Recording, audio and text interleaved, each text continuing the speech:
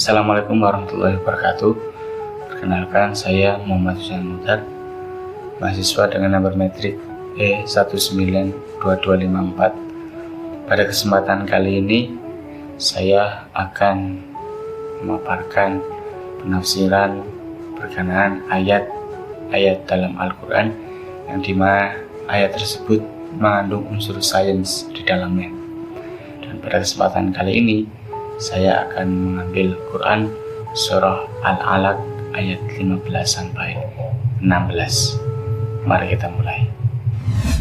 Bismillahirrahmanirrahim. Kalla la'in lam yantahi lanasfa'an bin nasiyah nasiyatin kadhibatin khati'ah. Imam Nawawi Al-Bantani dalam kitab tafsirnya At-Tafsirul Munir li Mu'amali Tanzil menjelaskan bahwa ayat ini itu turun ketika Abu Jahal hendak menghalang-halangi Rasulullah SAW ketika hendak sholat atau bersujud di Masjidil Haram. Jadi ketika itu, kalla, sekali-kali tidak, itu bermaksud untuk seperti mencegah Abu Jahal atau ingin mengingatkan Abu Jahal bahwa kamu tidak akan bisa ketika hendak menginjak Rasulullah atau mengilas Rasulullah, menghalangi Rasulullah untuk sholat.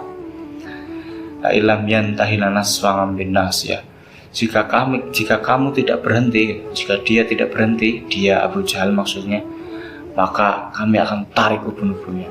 Maka oleh Allah SWT, Abu Jahal akan ditarik ubun-ubunnya. Nasiyatin kadhibatin khati'ah, yakni ubun-ubun yang mendusta dan durhaka. Yang mana di sini dimaksudkan yakni adalah ubun-ubun daripada Abu Jahal. Coba kita telusuri lagi, ibaratnya kita kaji ayat tersebut dari kata perkatanya. Salah satu kata yang sangat menarik apabila kita telusuri lebih lanjut yaitu adalah penggunaan kata nasiyah. Jadi ketika Abu Bakar hendak menghalangi, pertanyaannya kenapa kok nasiyahnya yang ditarik gitu?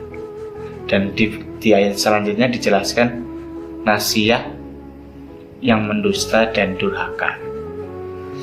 Jadi kenapa kok nasiyah? Kenapa kok ubun-ubun? Atau kalau dalam the study Quran New Translation and Commentary dari Syekh Hussein Nasr, itu nasiyah diterjemahkan sebagai forlock. Forlock itu bagian sini, kepala depan menuju ke ubun-ubun sini. Nah, forlock atau kalau dalam bahasa ilmiah adalah lobus frontal. Kenapa kok itu? Kalau dalam tafsir Maraghi karya Syekh Mustafa Al-Maraghi, Syekh Ahmad bin Mustafa Al-Maraghi, beliau melanjutkan ibaratnya kenapa kok kedustaan dan kedurhakaan itu dinisbatkan kepada nasiyah. Karena dikatakan bahwa nasiyah itu adalah sumber daripada kedustaan dan kedurhakaan itu. Benarkah demikian? Jika kita sejajarkan dengan kajian neuroscience atau ilmu yang mengkaji tentang bagaimana sistem kerja otak yang mengatur pola tingkah laku manusia, memori manusia, forlock atau lobus frontal itu, sebagaimana yang saya kutip dari Dr. Kevin, itu adalah bagian daripada otak yang memiliki fungsi atau peran mengendalikan atau mengatur gerakan, terus pengucapan, memori, penggunaan memori. Jadi lobus frontal ini adalah bagian daripada otak yang berfokus pada fungsi-fungsi intelektual, fungsi pemecahan masalah, perumusan solusi, penentuan tindakan. Jadi ketika kita lihat bahwa dusta atau durhaka itu adalah sesuatu yang berasal daripada keputusan sadar akal, gimana akal atau otak itu memutuskan untuk durhaka atau untuk berdusta atau jujur, itu adalah tepat pada bagian otak depan, pada bagian forelock, pada bagian nasia. Nah, ilmu sains, neuroscience yang berkembang baru-baru ini aja mengatakan demikian halnya tadi.